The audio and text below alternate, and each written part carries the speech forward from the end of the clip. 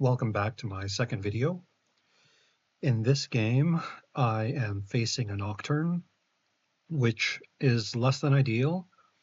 If he and I ever encounter each other in the river or in each other's jungle, pretty early on, Nocturne will win any 1v1 duel because of his fear and his spell shield. There's really nothing I can do.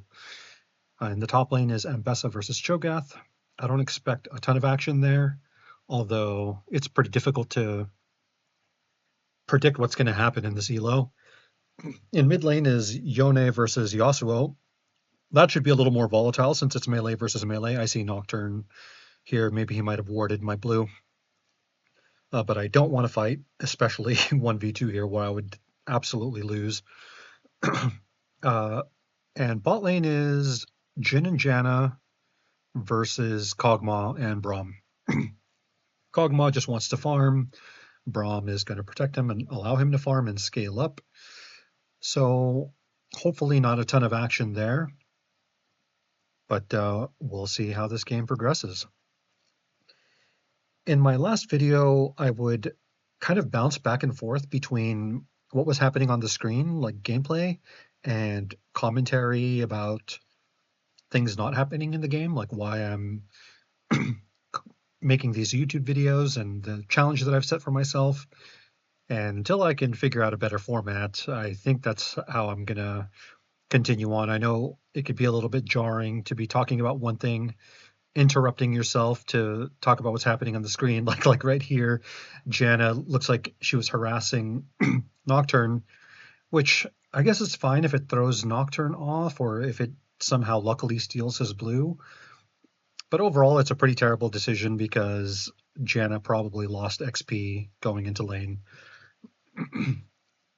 So what I want to talk about here is why League can be incredibly frustrating and why that's just how life goes sometimes. The really, really difficult part of League is accepting that no matter how well you play sometimes and how well you do, you are just sometimes going to lose those games where you're popping off, you get a ton of farm, you have a lot of kills, maybe you've taken some objectives, you're doing really, really well, and you absolutely deserve to win. I won't deny that. If you're playing very well, you deserve to win. I don't agree with other YouTubers and podcasters who say, oh, you don't deserve this. No, if you've worked hard, you've performed well, you've done everything correctly, you haven't been toxic, you deserve to win. But just because you deserve to win doesn't mean you will win. And that's one of the frustrating things about League of Legends, because there's also the opportunity cost. League takes so much time. Each game on average is about 30 minutes long. And if it truly takes hundreds of games to improve and to climb, choosing to play this game means you're choosing to not do something else, whether that's going to the gym, learning another skill, reading a book, spending time with friends or loved ones.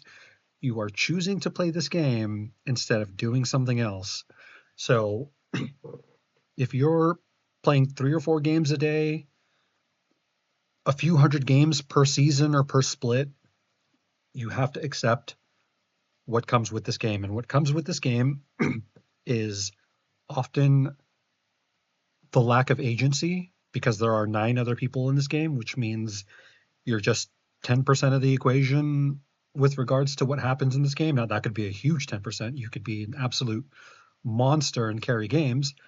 But the bottom line is there are still going to be other people in your games who view things differently than you do, who have different ideas than you do, and who want to do different things than you. Again, just like life. The really tough thing that I've been thinking about lately is this concept of time and opportunity cost. Again, I'm in my 40s now, and it makes me think back to when I was in my teens and 20s and even early 30s. Anybody who says they don't have any regrets is obviously lying. And there are a lot of things that I do regret. I can't think of specific details right now, but if I could go back in time and change some things, of course I would. But that's the thing with time, is that there are a lot of things that you can never get back, and time is one of the things that you can never get back. So it's extremely important that what you choose to do with your time is valuable or important to you. And if the decision to play dozens or hundreds of hours of this game is important to you because it maybe brings some kind of fulfillment or satisfaction. Here, I think I should have helped Yon push the mid wave, although I think he should have been fine recalling because I think his wave was frozen. His decision to push might put him at risk because there's home guards now. Cho'Gath randomly roams from the top lane, even though he didn't have prio. What a weird game. But at any rate, maybe I should have helped Yon there. Although, being that Nocturne was low health, I thought this was my only window to do this dragon or to sneak in this dragon. And I end up dying here anyway. But at any rate, lesson learned. And that's really what we can take away from playing this game, right? We want to win, we want to climb, but that's not how the game was designed. The game wasn't designed for you to have a 90% win rate and make it all the way up to challenger every split and every season. It's not like how a lot of other games work, where if you play long enough and decently enough, you're gonna climb to the top. Right? I remember trying out Pokemon Unite, and I climbed to the top rank in like 3 days of just spamming the game mindlessly. I mean, it wasn't completely mindless, but it wasn't all that hard compared to League of Legends or a lot of other competitive games I've played, like Valorant or Apex. Um, but with the amount of time that we put into this game, it's really important to understand and recognize that since we are choosing to do this instead of something else, the least we can do is come away with something, whether it was a new lesson learned, um, some new experience, some new way of handling things. Anything you can learn at all or take away from your games is a net positive, even if you lose the game. If you lose the game and you deserve to win the game,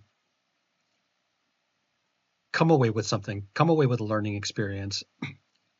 I think doing the grubs here is not the best idea. I'm not sure because all my camps are up or spawning, and yeah, here comes Nocturne. But I just don't want to give away the grubs for free, and I have prio in top lane and bot lane, so I'm walking towards my top lane here. And I did ping the grubs a million times, but none of my laners rotated. Maybe they couldn't, or maybe they had other ideas of their own, like I said earlier. Um, this fight should be pretty good because I did just hit 6, and Braum is mid. Kog'Maw has been shredding my bot lane, which is unfortunate, but Ambessa and Yone seem to be doing okay. So as long as they continue to do okay, we'll be okay. I don't think this is a fight I should take because I'm very low health. Okay, I get this plant, but now I no longer have my dragon form, so I should not fight. Really poking with my E's is not very impactful, and that's all I can do there. I really don't want to be fighting this, except the issue is my two strongest players are fighting, and I don't want to just abandon them. Maybe I should. Maybe that's the correct decision. But I won't know until I've encountered this hundreds of times, and will see in the future, when I'm in this situation, this is what I should do because the majority of the time, this is what works. And that goes back to what I was saying, right? Is that time affords us a lot of experience, um, the ability to build certain skills, and really, here's one thing that I've been wanting us to mention is that because I'm a bit older and I'm in a fairly decent spot in life, I have a lot of friends who play League of Legends who are considerably younger because the League of Legends demographic tends to skew younger, I think. They see me, a guy who's in his early to mid 40s, and think, okay, he might have a little bit of wisdom or something to share about uh, life, I guess. And so when people turn to me for advice, it's I'm definitely appreciative that they would consider me for advice, but at the same time, anything I can offer them has been anything I can offer them can only be done through like my own lens of life, right? What I've experienced, my own struggles. I think this was a bad play on my part, but I really wanted Kog'Maw shut down. He's 5-0. My experiences, my upbringing, the struggles that I've gone through that have shaped my views in the world is going to be very different from their own upbringing, their own struggles, their own background. So when somebody asks me for advice, I tend to just listen to what they're saying and hopefully guide them towards coming up with their own solution or their own answer rather than me saying, this is what you should do in this situation. I really don't like doing that. And I don't like being put in the position where somebody is saying, what should I do?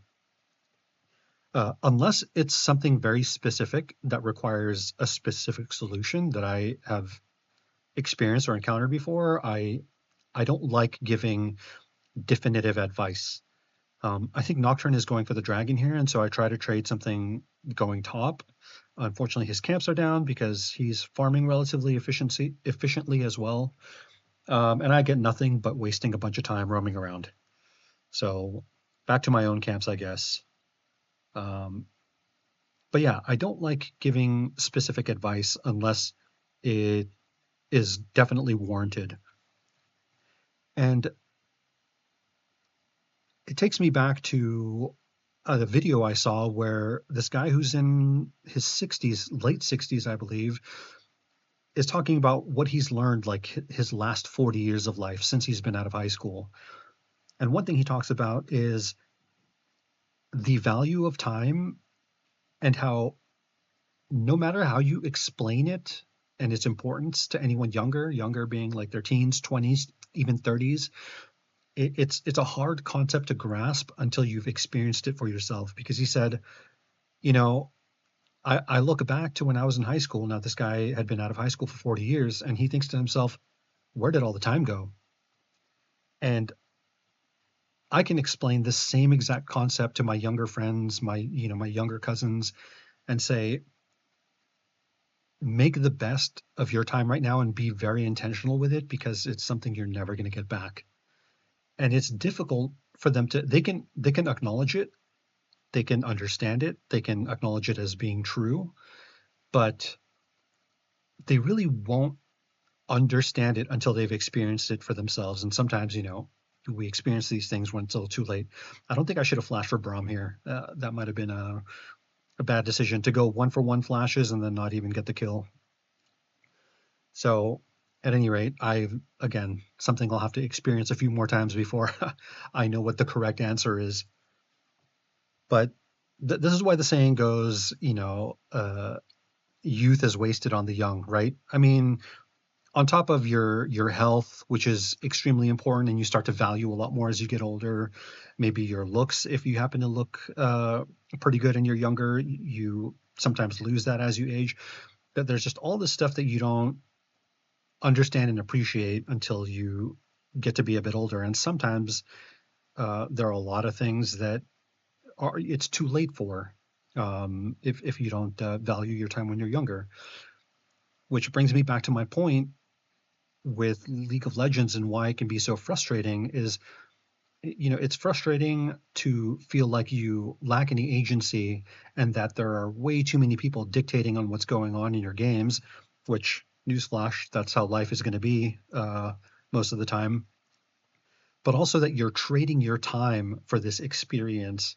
And so there's really nothing left for you to do but to change your own view of the game, to see it at a different angle and think a lot of people might say, oh, this is cope or it's diluting yourself. But, you know, again, you're trading valuable time for this. Maybe that's what you have to do is that at least you experienced a little bit of fun, you learned a couple things. Maybe people add you if you perform really well and make a couple new friends. I've made quite a number of friends now through this game.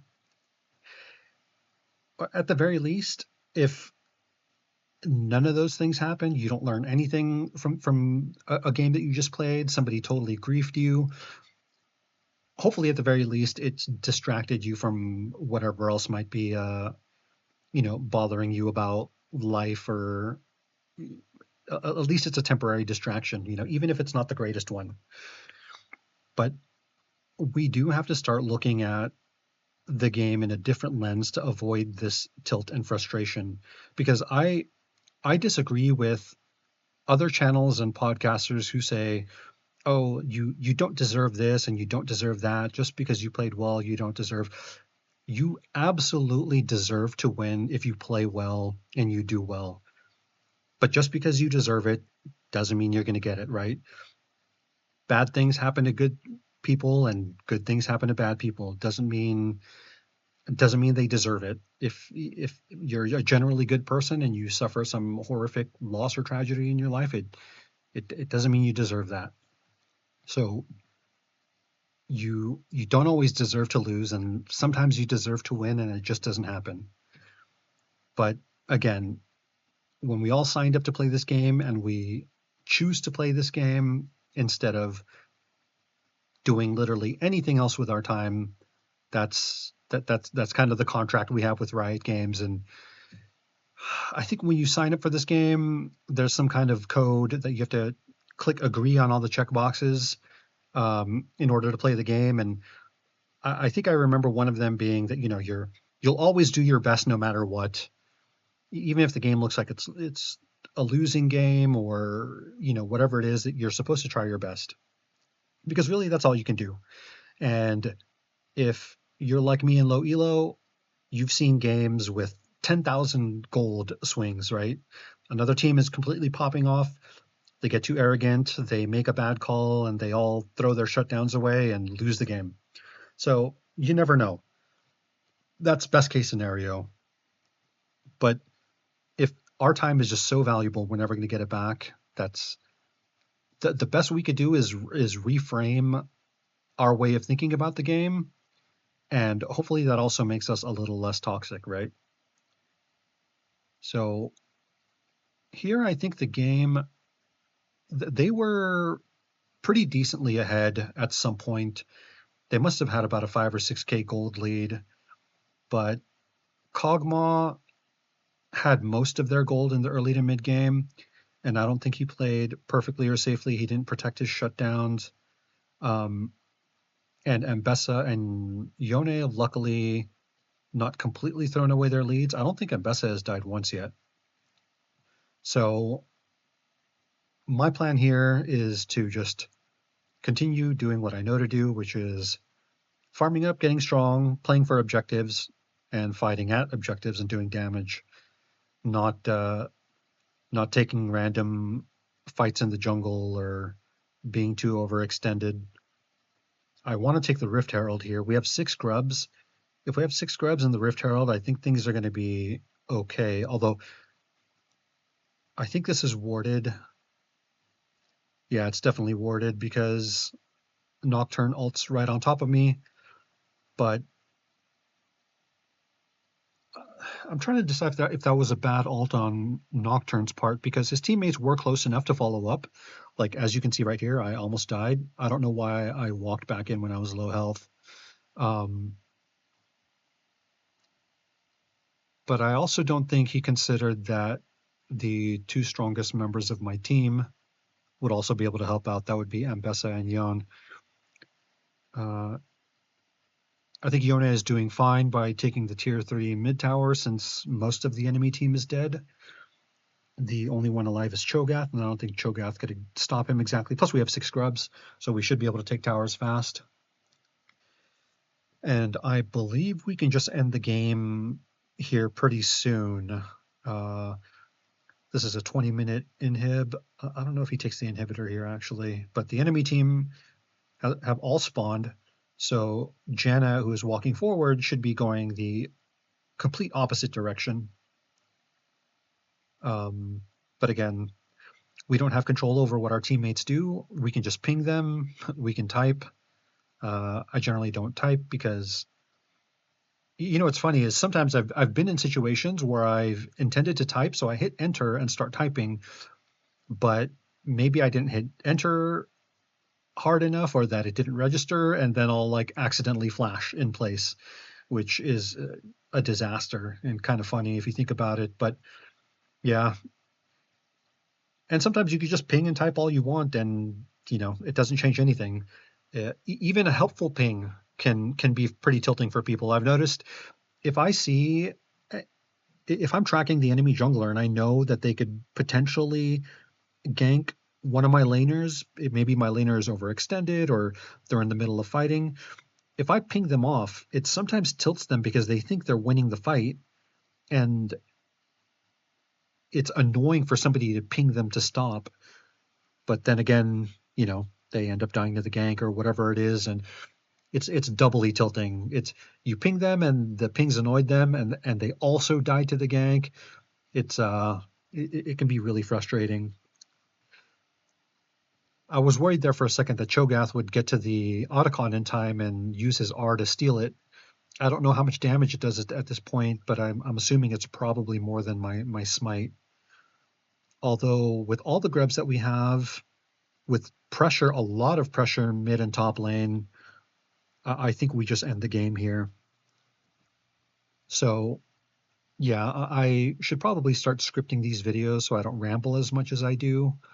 But the point I wanted to get across in this game is the most valuable resource you have in your life is time.